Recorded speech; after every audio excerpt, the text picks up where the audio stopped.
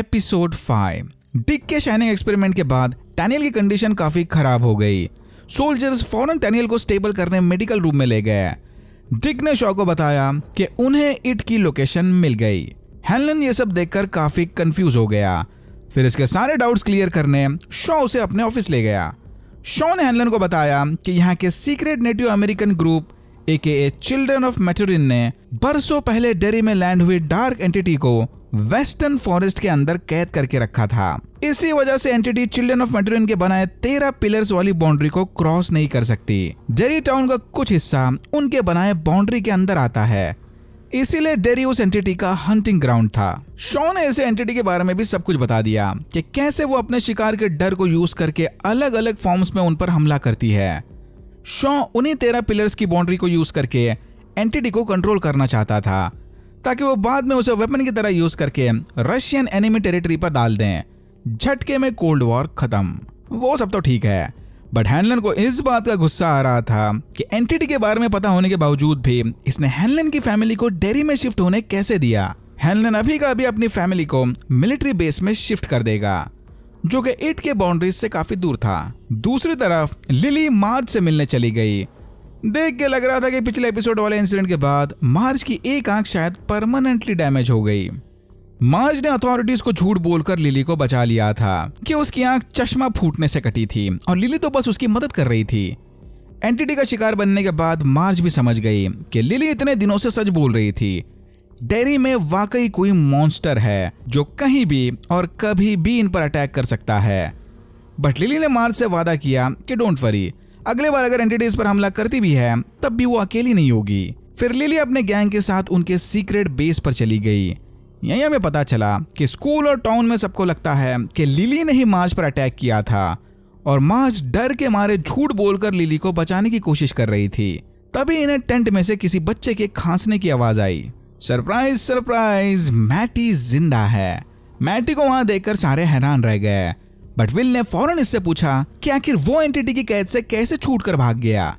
मैटी ने इन्हें बताया कि सीवर्स के अंदर एंटिटी को इसने क्लाउन के फॉर्म में देखा और एंटिटी अपने कुछ शिकार को जिंदा रखती है उनके फियर से पावर हासिल करने। अनफॉर्चुनेटली बाकी बच्चों को वो क्लाउन खा गया, बट फिल नीचे अब भी जिंदा था, बट उसकी कंडीशन काफी खराब है। अपेरेंटली वो क्लाउन सिर्फ रात में शिकार करता है और दिन भर सोता रहता है।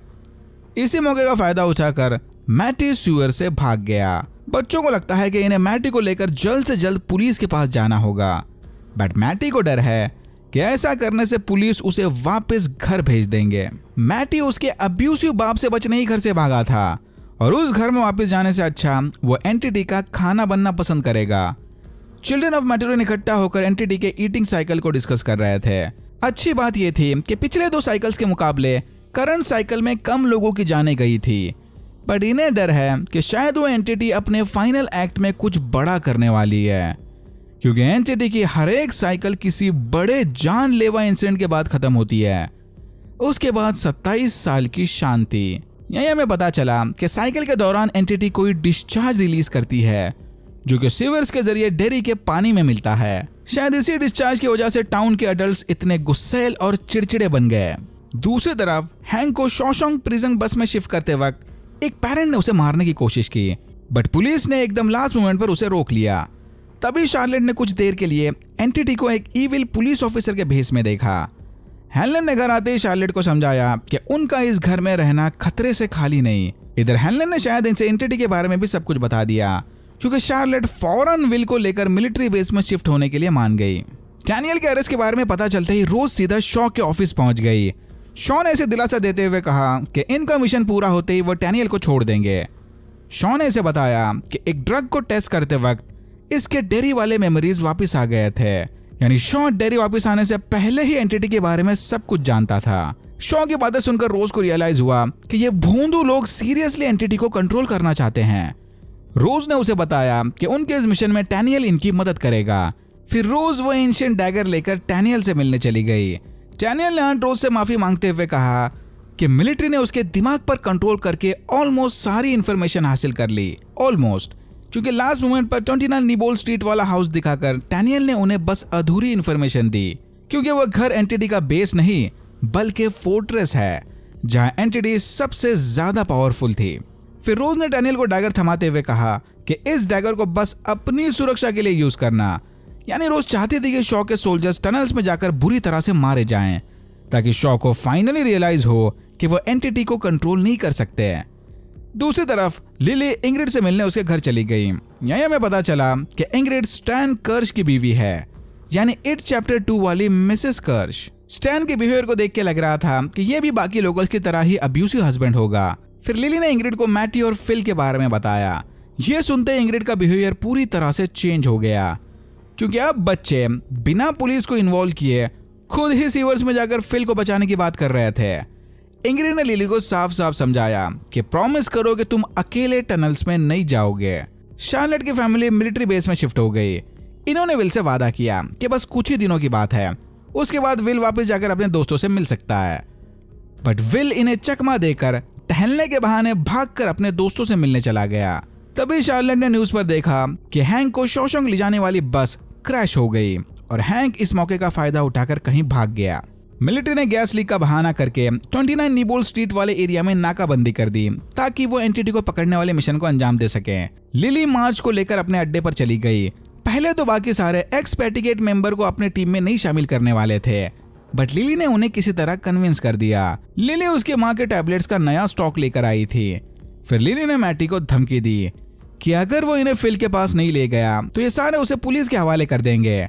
लिली ने बाकी मेंबर्स को भी मोटिवेशन स्पीच देकर अपने साथ सीवर्स में चलने के लिए मना लिया। इसी दौरान हेलन, रूसो और कुछ सोल्जर्स डिक और डैनियल के साथ टनल्स में चले गए। सारे जानते थे कि एंटिटी कोई भी फॉर्म ले सकती थी, तो अगर नीचे इन्हें ऐसी कोई भी चीज दिखती है जो कि टनल्स में नहीं होनी चाहिए, सीधा शूटिंग स्टार्ट कर देना। टनल्स के अंदर जाती वो एंटिटी धीरे धीरे सोल्जर्स को अपना शिकार बनाने लगी।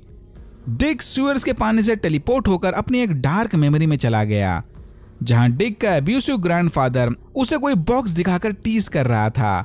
इस लॉक बॉक्स के बारे में हम आगे बात करेंगे। मौका देखकर डैनियल भी टनल से बाहर भाग गया, ताकि सारे सोल्जर्स रास्ता भटक कर एंटिटी का शिकार बन जाएं। पर इसी भागा दौड़ी में एक्सीडेंटली इसने वो डैगर कहीं गिरा दिया। कुछ देर बाद ही मॉमी हेल्पर पिल्स खाकर बच्चे भी टनल्स के अंदर घुस गए। गोलियों का असर होते ही सबके सर चकराने लगे। अंदर एंटिटी ने शार्लेट का रूप लेकर हैनलर पर अटैक किया, जिसे बस हैनलर ही देख पा रहा था। बट हैनलर ने एंटिटी को शूट करके वहां से भगा दिया, इंडिकेटिंग को एंटिटी इनका दिमाग पढ़ के किसी का भी शेप ले सकती है। और यही सारे ऑडियंस पैनिक मोड में चले गए कि कहीं हैनलन और बाकी सोल्जर्स टनल्स में घूम रहे बच्चों को एंटिटी समझकर शूट न कर दें। मैटी सबको लेकर एक डेड एंड पर पहुंच गया। तभी बच्चों ने नोटिस किया कि इधर एंटिटी के सारे विक्टिम्स के बॉडीज तैर रहे थे, इंक्लूडिंग फिल एंड मैटी। तभी मैटी नर्सरी राइम गाते हुए ट्रांसफॉर्म होकर पेनीवाइज में बदल गया। एब्सोल्यूट सिनेमा, यानी मैटी शुरू से ही पेनीवाइज था। बोंदू बच्चों को तभी समझ जाना चाहिए था जब मैटी ने कहा कि एंटिटी रात में शिकार करती है और दिन में सोती है। इनमें से आधों पर तो दिन के टाइम अटैक हुआ था। एनीवेज, पेनीवाइज को देखकर सारे बच्चे बाहर भाग गए, बट लिली ट्रिप होकर इन सबसे अलग हो गई। विल और बाकी सारे बच्चे भागते हुए सीधा हैनलन और रूसो के डायरेक्शन में चले गए। हैनलन बच्चों को एंटिटी का फॉर्म समझकर शूट ही करने वाला था, बट तभी रूसो को रियलाइज हुआ कि वो भी बच्चों को देख सकता है, इंडिकेटिंग कि ये बच्चे रियल हैं। रूसो ने एकदम लास्ट मोमेंट पर बंदूक के सामने आकर विल की जान बचा ली, बट इस मिस फायर में वो खुद मारा गया। हैनलन फौरन सारे बच्चों को लेकर सीवर से बाहर चला आया। अंदर पेनीवाइज लिली को कॉर्नर करके खाने ही वाला था, बट लकीली ये जाकर सीधा डैगर के पास गिरी थी। फिर लिली के हाथ में बंधा मैटरिन ब्रेसलेट और मोस्ट इंपॉर्टेंटली डैगर देखकर पेनीवाइज वहां से भाग गया। लिली को रियलाइज हुआ कि पेनीवाइज जरूर इस डैगर से डर के भागा होगा, जो कि एंटिटी के रेंज में आते ही चमकने लग गया। दूसरी तरफ हैंक जाकर इंग्रिड की गाड़ी में छुप गया। फिर हमें पता चला कि इंग्रिड एके मिसेस कर्श ही वो मैरिड वुमन है जिसका हैंक के साथ अफेयर चला था। हैंक ने इसे बताया कि किसी चीज ने उनकी बस पर अटैक किया, जिसमें सिर्फ वही जिंदा बच गया। हैंक को लगता है कि करंट सिचुएशन में सिर्फ एक ही पर्सन उनकी मदद कर सकती है, यानी शार्लेट। फिर इंग्रिड सीधा शार्लेट से मिलने चली गई। हैंक का भागा हुआ वांटेड क्रिमिनल बनना शायद एंटिटी के फाइनल एक्ट के साथ कनेक्ट होगा। शॉ ने हैनलन से वादा किया कि रोज की इस हरकत की उसे भारी कीमत चुकानी पड़ेगी।